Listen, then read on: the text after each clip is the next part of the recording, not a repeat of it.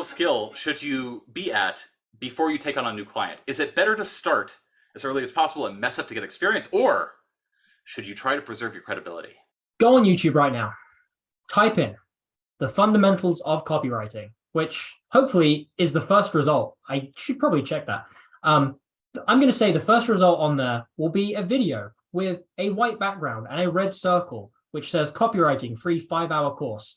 Watch that video, write a spec piece, which we just discussed, then try and get clients. Go, do, be, encompass. Go forth and be your merry self. Yes. Seriously, like you, person, not you. That one. Not Stop. You. He keeps thinking we're talking about him and we're not. No, I'm talking about you. You just go do stuff. Stop putting out obstacles in front of yourself. Like this whole, what level of skill should I be at? That analysis paralysis. Cut it out. You are good enough. Are you good enough to get paid well? Let the market decide, not yourself. Yeah. Yeah. It's just a case, guys, of like, and how the question was phrased, which is, should I mess up to get experience or should I try and preserve credibility? You're not going to be able to preserve credibility without building credibility. And the only way you build credibility is by doing work. And the only way you do work is by starting to do work. And when you start to do work, you also fail in that work. So if you wait to try and preserve credibility, like it's never going to happen, because some project needs to be your first project. And guess what? You don't know what a project is like until you've had one. You can read all the theory, you can practice, write all the spec pieces in the world. And yeah, that will do you some good. But at the end of the day, you're going to mess up. You're going to do something that someone doesn't like, even if you think it was the right thing to do.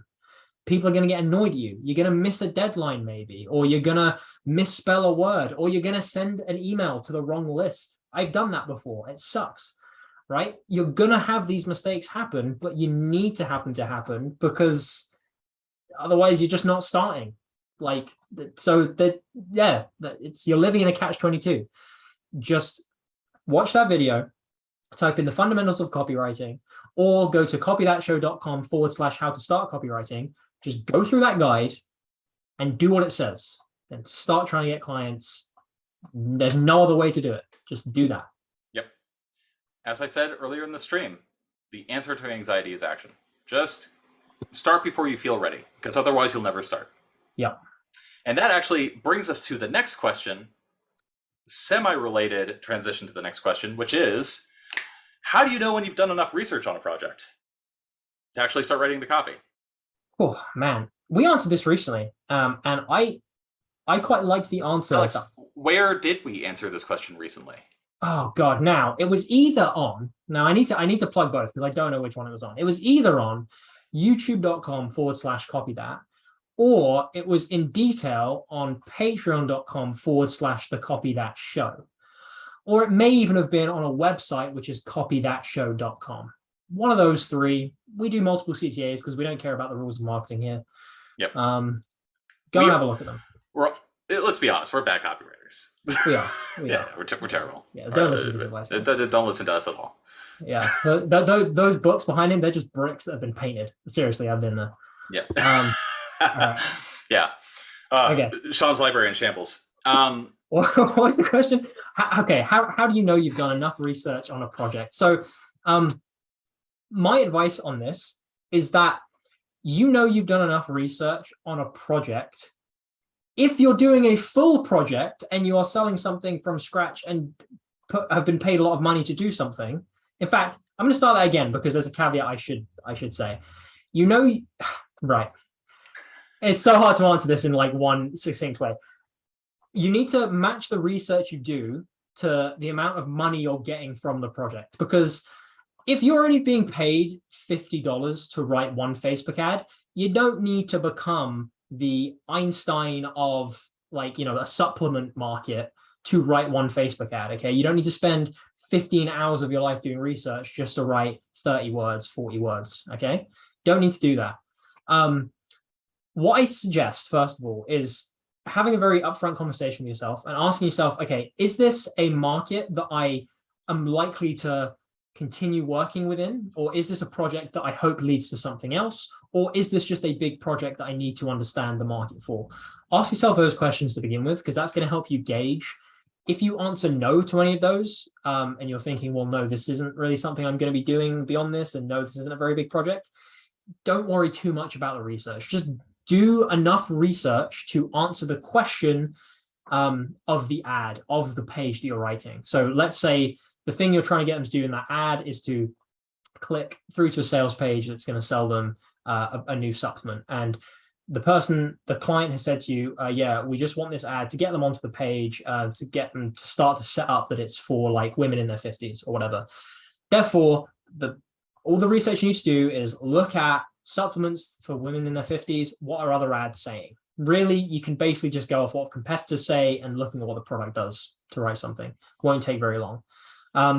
If we're doing a whole project or you think you need loads of research, then my formula for knowing when I've done enough research is when I keep seeing the same things coming up and nothing new has come up for a while. That's not too formulaic. It's not like there's no exact, it has to be something you feel. But if I'm doing research in a market and like it's been a good hour or two of searching through VOC, VOC stands for Voice of Customer Data. In other words, that means things that real customers say, things that real people in your target audience are talking about, things they're commenting on Facebook posts, things they're discussing in reviews, talking about in forums, those words.